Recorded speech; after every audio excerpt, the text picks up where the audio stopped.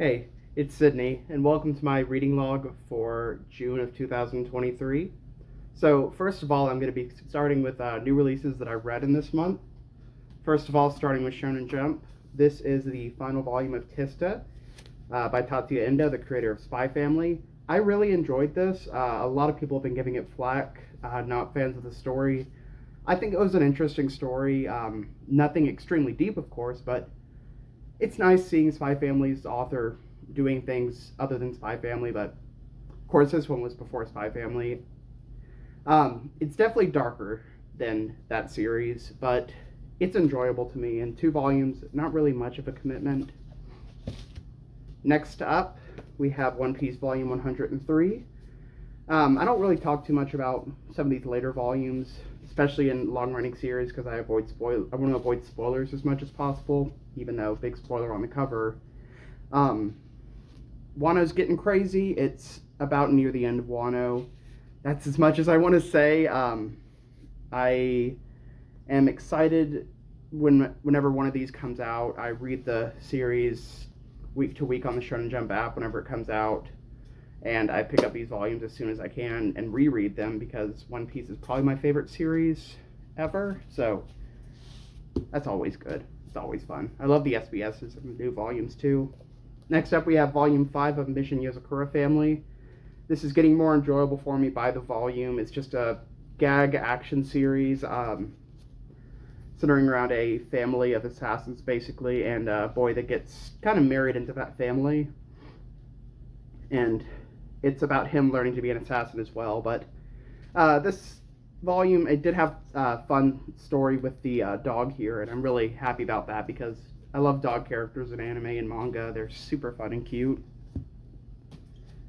Then next up, we have the penultimate volume of My Love Mix-Up, Volume 8. Loving this series so much. I wasn't a huge fan of the humor at the beginning, but the humor really started growing on me. Especially the exaggerated way they draw the faces whenever their characters are reacting weirdly to things. I wasn't a fan of that at the beginning, but it really, really grew on me, and this is actually making me want to check out My Love Story, which is... I can't remember if it's by the author or the artist of this series, but yeah, great series. 9 volumes is not too much of a commitment. I don't want to say too much about that one because, again, near the end it's going to give spoilers. And I feel like if you read the first 2 volumes or so, there's not really much else to spoil, but still. Next up, I read Like a Butterfly Volume 1 by Sumori Shita. I believe the author of Shortcake Cake and another series I'm not 100% certain on. I enjoyed this. I think the art style is very pretty. I don't want to say too much about... I don't want to say that I love a first volume of a series. I want to give it some breathing room to let myself really reflect on it, because if I don't want to commit to saying I love a series this early on, because I don't know how it's going to pan out in the next couple volumes and how it's going to grow on me, but I think it's an enjoyable read so far. Next up, we have Komi Can't Communicate 25. I really never have anything to say about Komi. It goes in my brain and then goes out of my brain, except for a few pivotal moments that happen in the series. But it always makes me laugh every time, with no exception. I think they're actually going into the 3rd year in this volume.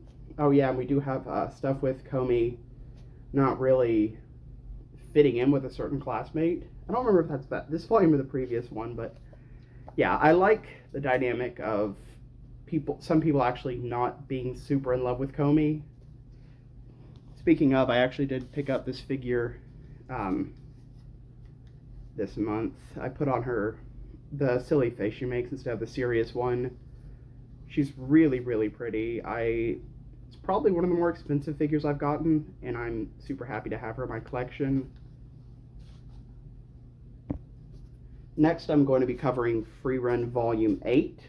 This is a series about a elf woman, who is basically going on an adventure past her all of the party the main hero in her party dying, and everybody going to the funeral and going their separate ways because the hero had already achieved his goal. So it's about her finding her own new party to set out on a new adventure. This volume introduced a lot of fun action and interesting demon characters. It's getting an anime soon that looks very, very good. I think it has an hour-long premiere, which is going to be fun. Next up is Sakamoto Days Volume 8. Not much to say about this one. It's fun assassins. This volume had more of the school characters, or not school characters, the exam characters for this exam that Sakamoto and, I don't remember his name, Sakamoto and his close assassin friend are trying to get through, because they have to get into this, they have to pass this exam to get into the assassin training school that Sakamoto graduated from. But this one's fun. It's a good read. Hopefully when the anime comes out, more people are going to be putting eyes on it. Next up is Blue Box Volume 5. Absolutely love Blue Box. It's my favorite shonen romance. I don't consider Komi really a romance. It's more of a comedy than a romance. But yeah. It's basically a girl who's excellent at basketball and a boy who is good at who's good at badminton, and they're developing a relationship with each other after she has to move in with him because of her family situation. It's a really sweet read. They do have some love triangle elements introduced, which some people may not be a fan of, but I'll see how they pan out. We also have some more tournaments in this volume, which is good. I like sports series where the sports are kind of not the main focus of the series, where they're kind of just a character trait or some part of each character. Next up, we have Ayashimon Volume 2. This is the semifinal volume of Ayashimon by Yuji Kaku, the creator of Hell's Paradise. I am sad that this is only going to be 3 volumes. It gets better by the volume, and I think it needed more room to breathe because it was surrounded by a lot of similar supernatural series. This one's basically a boy who wants to become a shonen hero. He partners up with a yokai yakuza girl, and basically he's thrust into the world of yokai and the yakuza, which is a really fun concept, but unfortunately it didn't last that long. Next up, we have a one-shot old-fashioned cupcake by Sagan Sagan. This is a really, really cute, sweet read about a 30-something office worker and a 20-something coworker of his, and helping the 30-something get out of his shell and experience life instead of just working every day. I really enjoyed that. There's a sequel coming out soon. Not sure exactly how soon. Next up is Alice in Borderland Volume 6 by Haruasu, creator of Zom 100, which is getting an anime this season. This one already had a live action, I think. This wraps up a major fight arc that started, I believe, the last volume in a really satisfying way. Alice in Borderland's a little weird to explain. It's like this separate land that all these people are transported to, where they have to play basically death games to get more time to be alive. Next up is what for now is the final volume of Beast Complex, Volume 3. This is a bunch of side stories from the author of Beastars, Paru Itagaki. This is always a really good read to me. Hopefully we're going to get more volumes sooner rather than later. Just depends on how quickly she's able to devote her time to them, because she said she wants to continue this for a long time. But this does have spoilers for Beastars, so just read all of Beastars before you touch Beast Complex. Next up, we have the one-shot Goodbye Eri by acclaimed Tatsuki Fujimoto, the author of Chainsaw Man, Fire Punch. I'm trying to remember the other one-shot that he had. Look Back. This is a story about a student who makes a film, and a mysterious girl he meets and how that affects his life. It's a one-shot, so I'm not going to go into much of the plot because I don't want to spoil anything that happens in that. It's a bit of a wild ride. Next up, we have Insomniacs After School 2. This is basically 2 kids who are insomniacs joining a club, having a sort of makeshift club after school in the abandoned astrology classroom. And they actually do get more into learning astrology and studying some of the parts of astrology, but this is also developing more into their romance. First volume I was iffy on. It was a lot of not a lot of substance to it, but the second volume, I'm hoping it's going to continue on this route and have some more astrology stuff in there while also building the romance. Next up is the first volume of a 2-volume series, Until I Love Myself by Poppy Pesuyama. I think Poppy identifies as ex-gender or non-binary in Japan, or non-binary or ex-gender in Japan, but this is their story about workplace harassment and how that drastically affected their life as a budding manga artist. It's a really sad read. I would definitely recommend it if you're able to, if you have the fortitude to put past it, to read it, something that sad, because a lot of depressing things happen to her. A lot of depressing things happen to them. Next up, we have the 9th volume of Fist of the North Star. I am still loving the art for this series. It is so gorgeously drawn, gorgeously done. The story it got better by I think the 3rd or 4th volume, and it's slowly just actually reaching towards a goal, which is great. We had a twist in this volume that was not something I saw coming, but I'm not good at predicting twists anyways. It's basically post-apocalyptic Mad Max sort of vibes, with the main character being one of the students of the Fist of the North Star, which is martial art technique. It's a fighting style original to the series. There's a lot of other fighting styles in this series, but I don't remember most of them. Alright, that's done with Viz. So next up is 7 Seas. First of all, Miss Kobayashi's Dragon Maid Fafnir the Recluse Volume 2.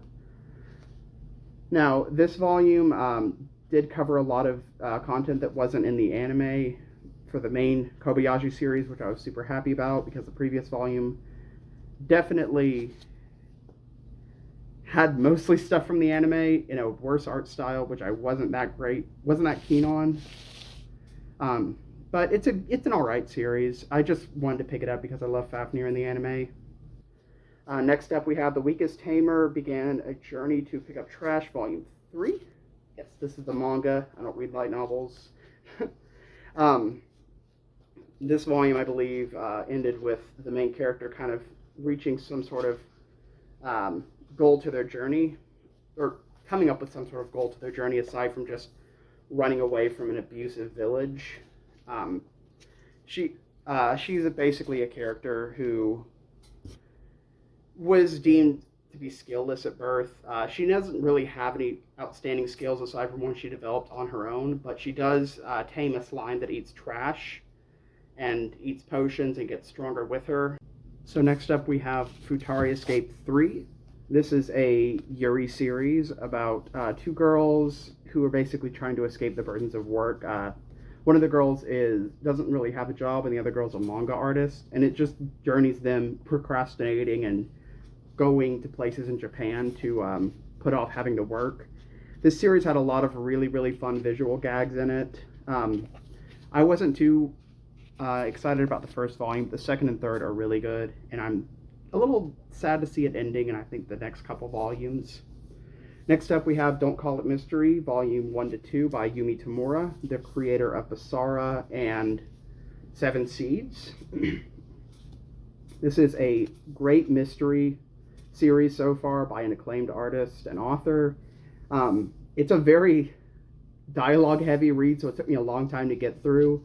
But the art is really nice.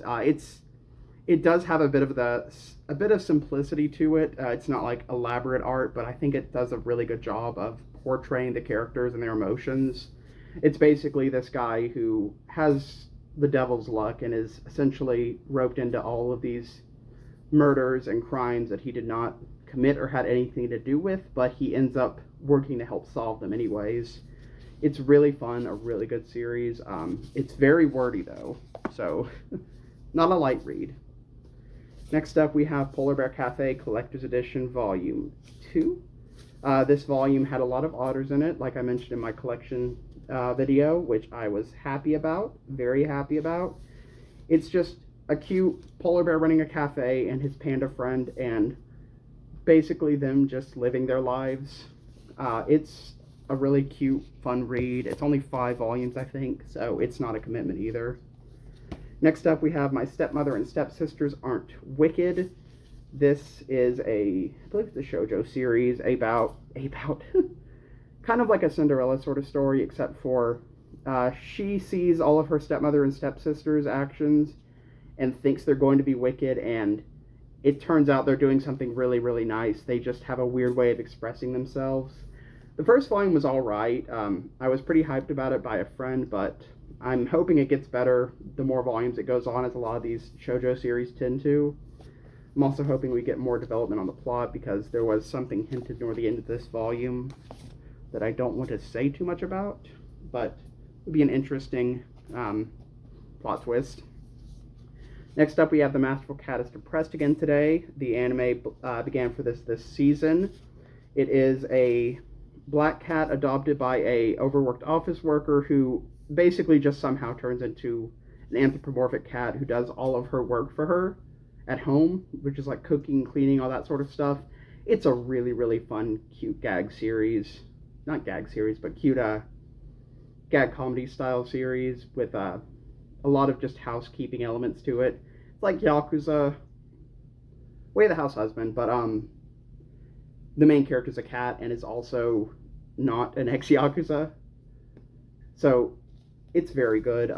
If you like the anime, definitely check out the manga. The art's pretty in it too. It's got some extras the anime doesn't, but that's how manga normally is. Next up, we have the second volume of The Grandmaster of Demonic Cultivation, the popular Danmei now manhwa series. This volume did hint a little bit more towards the BL portions that I had heard this series had in it, but the first volume did not have a lot of BL. This had some hints towards it, but it's also developing the plot. I am new to the cultivation subgenre in Danmei novels and Danmei manhwa, so I can't say too much about how well the plot's handled, but it takes me a long time to read through it, because I have to kind of understand the premises behind this type of stuff, because I do not read many manhwa. I don't know how I'm pronouncing that. Next up, we have a manhwa, Killing Stalking Volume 3. This is just crazy, wild BL stuff. Psychopathic characters. It's not for anybody who's not an adult. I just keep reading it because I want to see what in the world's going to happen next. It's wild. It's basically a stalker who ends up getting kidnapped. I guess just kept by the person he was stalking, because the person he was stalking turned out to be a murderer, a serial killer, if you will. So, you know, I guess they both are not great people. This volume does go a little bit more into their trauma, the murderer character's trauma, which is a lot of interesting, which was interesting, and I'm glad to see it happening, though I'm definitely still not building up any sympathy for either of the two characters. Next up, we have the inept villainess, Tale of the Butterfly Rat Body Swap in the Main Court, Volume 3. I think the title explains what this is pretty well. The villainess and the hero swap bodies. I don't want to go too much into detail with every one of these series with what they're about, but this volume did really, it keeps getting my interest more and more the more I read it. My only problem is the heroine girl who is in the villainess's body right now. She doesn't seem to have any flaws aside from being sick, or being sickly in her old body, so I'm really interested to see how they're going to flesh out her character, because the villainess is the most interesting part of this so far. The villainess and the drama between the older court maidens. Next up, we have a big Obnoxious Hero-kun omnibus. This is a parody yaoi BL shoujo satire series with lots of raunchy stuff in there. Basically, this boy's super popular with every girl. This boy doesn't like him, so he immediately wants him to like him. So hijinks ensue with it. It's a pretty decently thick read. It's fully uncensored though, so I think there's still a little bit of censoring, but only for comedic effect. it's a one-off, so I don't go into too much volume about those. But I really enjoyed it. It took a while to read with how thick it was, though. The smut scenes were good, too. Next up, we have March Comes in Like a Lion, Volume 1 by Chico Umino. This is a series about a young shogi prodigy, a young shogi prodigy who is basically, he doesn't have the best life, and yeah, it's his story about him growing up and developing his shogi skills while also gaining a family. It's very heartwarming and touching, and it does have a lot of intricate details about shogi, including some strategies discussed in it. I would definitely recommend this as long as you're ready to read a little bit more than you probably already know about shogi, unless you're somebody who actually does know shogi well. Next up, we have the third volume of Usatoki Rhetoric. I really enjoyed this volume. The mysteries they're trying to solve I think this mystery is probably the most interesting one so far, with a lot of twists and turns to it. She's able to see lies, and he basically takes her in as his assistant detective. Let's see. Next up, we have a bunch of volumes for publishers I only have like one volume from this month. First of all, Cherry Magic 7, not 6, excuse me. In this volume, we actually have a big plot twist happen, and we get to find out how that tests their relationship, these two on the cover. I am really enjoying this. It's a office BL sort of series. The art style is a little bit weird, a little hard to get used to. I think it's getting an anime, but I'm not sure. It's a good read, though. I'm a little sad my partner didn't like it, but to each his own. Next up, we have My Dear Agent Volume 1. This is a 2-volume BL series about... I almost went off into another tangent. I enjoyed this first volume. It's this agent character, and I thought I thought the other guy would be on the back, but I guess he's not. Him basically taking care of it's him being a bodyguard for this, I would say, a little spoiled kid, and developing feelings for the agent who watches over him. I don't really know how to go into much detail about this series. It's been a while since I read it, but I enjoyed the first volume, and it's only a 2-volume series, so it's really not much of a commitment. Yeah. It's also really cute looking, so that does something. Next up, we have Persona 5 Comic a la carte. This is an anthology series an anthology volume for the Persona 5 series. It has a lot of different comic styles and comedic styles to it, including some 4-Koma comics, but it does kind of fall into the issues that I've had with a lot of gag style 4-Koma, which is 4-panel comics, where they end up going into really, really questionable humor, like I don't want to specify too much, but yeah, just very questionable humor with some of the 4-Koma stuff, which sucks because a lot of the other 4-Koma stuff that isn't questionable is really, really funny and really good in that volume. So it's a little disheartening.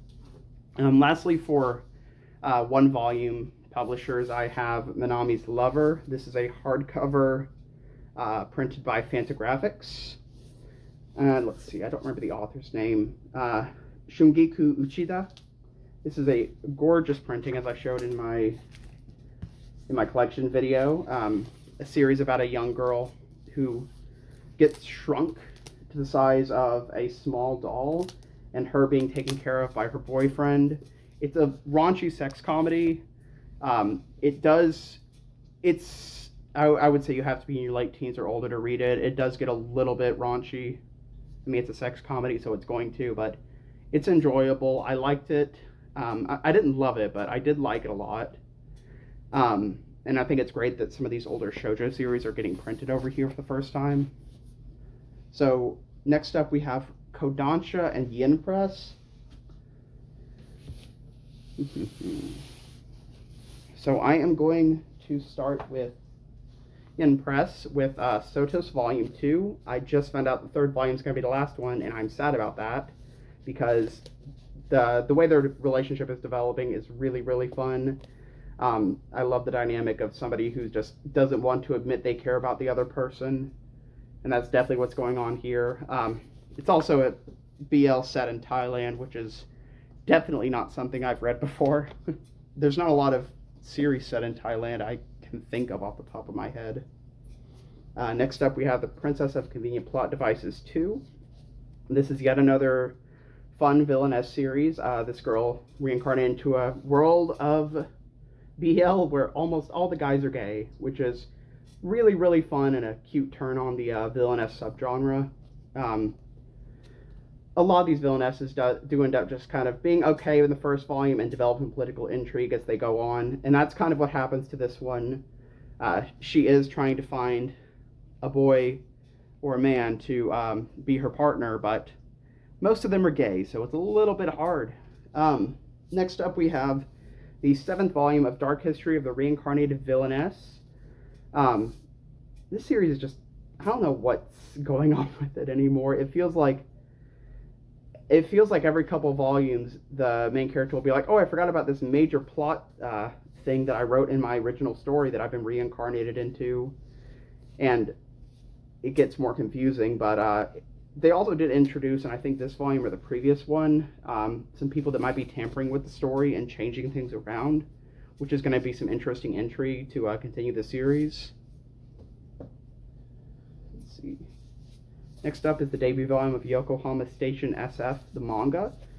The beginning of this book, I was kind of iffy on it. It seemed like I kind of jumped into things way too fast, but once I kind of got my bearings with it, I really enjoyed the premise, and I'd like to see how this goes, how this is able to naturally conclude, because it's going to end pretty soon. I think it's only going to be a few volumes, because I think the light novel it's based off is only 1 volume, but it's a good read. It's very heavy with learning about this world, a lot of world building and dialogue spewing. Next up is the 12th volume of Delicious in Dungeon. This volume's crazy. It seems like we're getting really close to wrapping up the series, and I'm loving it so much that it's kind of sad to see it going, but the anime's coming out, so I'm super happy about that.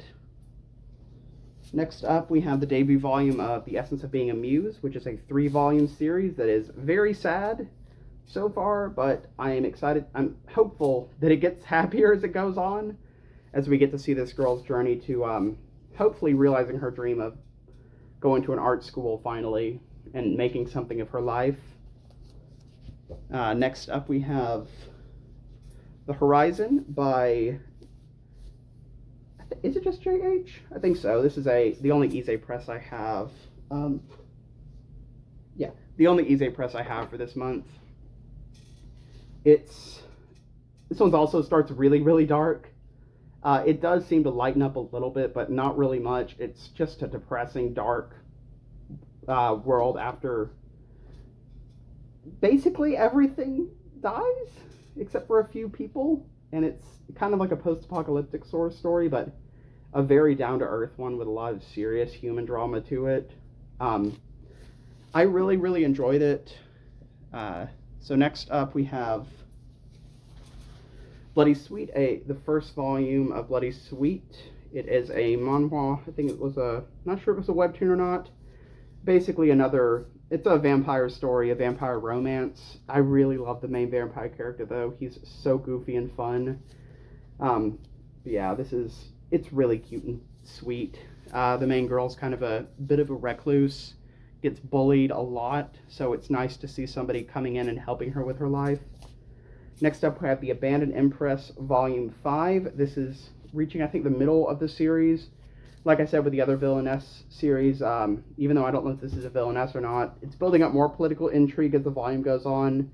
I believe in this volume she was basically trying to make connections with the ladies of the upper class and seeing how that goes. Basically trying to, I don't remember what her reasoning was for it, but I think this is probably my favorite manhwa right now, though it doesn't help that it's the longest one I have right now. But I think I do like it more than Ray Liana. though that may be blasphemy in some circles. We're getting into Kodansha next, starting with Welcome to Demon School Iruma-kun Volume 2. Super fun read. We get to learn more about Ameri and Iruma's relationship in this volume as Iruma begins reading her shoujo from the human world, which is really fun, and I like the way the shoujo's drawn in the actual manga itself. This is a really fun school life series that you definitely don't want to miss out on. There's a reason it's like 30 volumes right now. Next up is Historia Wand and Sword Volume 4. I'm enjoying this a lot more than I thought I would, considering I was kind of iffy on Danmachi near the second half, so I was worried this would be kind of poorly written, not really grab my attention, but it really did. We're getting into more of another sort of exam arc, but it seems to be wrapping up with something happening that changes the course of the exam, so I'm excited to see where that goes. Next up's the final volume of Last Gender. This one I was kind of iffy on. It does really feel like it's somebody straight coming in to basically try and fix problems for people who aren't straight. It was a little weird, but overall I think I enjoyed it. The plot twist with the second half was really interesting, and why a certain character is the way they are was a really fun development, even though it was sad. The series is also sad, by the way, like everything else, I guess. Next up's Go-Go Loser Ranger Volume 5. This volume was a little bit easier to follow the action in. I had a problem with that in Volume 4. We're kind of getting towards the end of another sort of exam arc, which seems to be happening a lot in these series that I'm reading at the moment. I was iffy on it in Volume 4, a little bit in Volume 3. There were some weird developments in this volume that I had to reread and try and piece together. It's enjoyable, though. Next up is A Condition Called Love, Volume 3.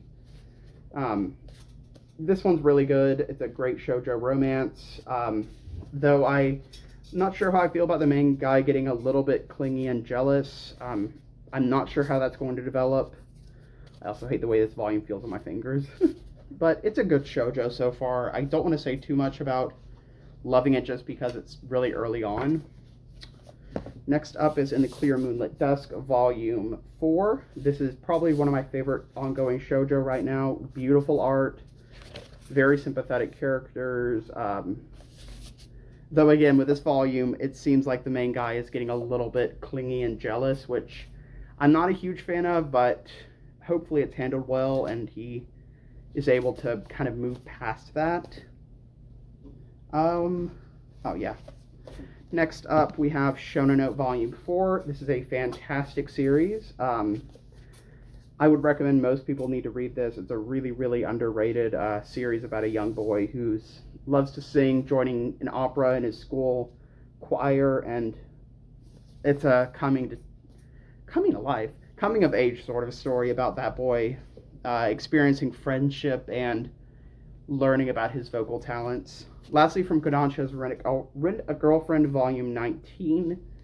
It's had a really emotional, beautiful moment in it, wrapping up the movie arc, which I've heard is the best arc, so I'm not really sure how things are going to go from here, but I guess we'll have to see. Next up, I'm going to be going over series that I read this month that were not new releases. So first off, we have My Hero Academia Team Up Missions, Volumes 1 to 3. This is ongoing still. I was just catching up on the series. Kind of spin-offs where each of the heroes have to team up with somebody else. I find these a lot of fun whenever it's somebody other than the main characters. We get to actually flesh out the side characters, because I know a lot of people love the side characters in the series if they were actually focused on more. So I did enjoy this. I'm looking forward to reading the next volume, continuing the series. Unlike Smash, where I'm glad it ended very early. Then I read volumes 1 to 3 of Millennium Snow. This is a gorgeous series about a vampire and a girl who's terminally ill, and her basically wanting to spend eternity with him.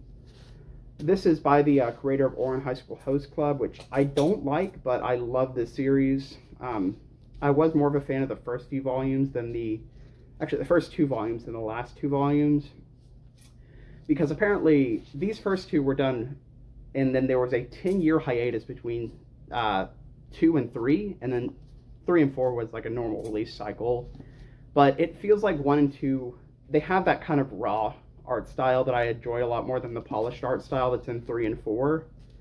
And the characters also feel a little bit better written in the earlier volumes, but I think that might just be personal bias. I really enjoyed that series, though. No plans on reading Orange High School Host Club, but I'm glad I read this one. Next up, we have School of Thorns 1 and 2. This was a really underwhelming series. The covers looked really pretty. The spines looked really nice. I liked the designs of the characters, but there really wasn't a lot that happened in it. Kind of like a magical school sort of setting. It reminded me a little bit of Irma-kun with kind of gay elements, question mark. It seemed like it was going to get gay, but it didn't get gay, which was weird. It wasn't that good, though. Probably really low on the list of books I've read. It's not like offensively bad, but it's just completely average. Next up, I read all of I Am in Love with a Villainess, a series about the heroine and a girl reincarnated as the heroine into an Okame game, and she is, instead of fighting the villainess, she is basically in love with her and obsessive with her. It's really, really fun just seeing their dynamic and how the blonde-haired villainess is a big tsundere and always fights back and bullies the heroine, but you can tell the villainess likes the heroine but just doesn't want to admit it. But it's still ongoing, and I'm really looking forward to reading more of it. It does seem like it's developing more and more plot with this last couple volumes, because the first couple were mostly just developing the interpersonal relationships of the people in the school, along with the villainess and the protagonist. Lastly, we have the volumes of D. Gray Man that I read, which were completely out of order in my stack. Hold on.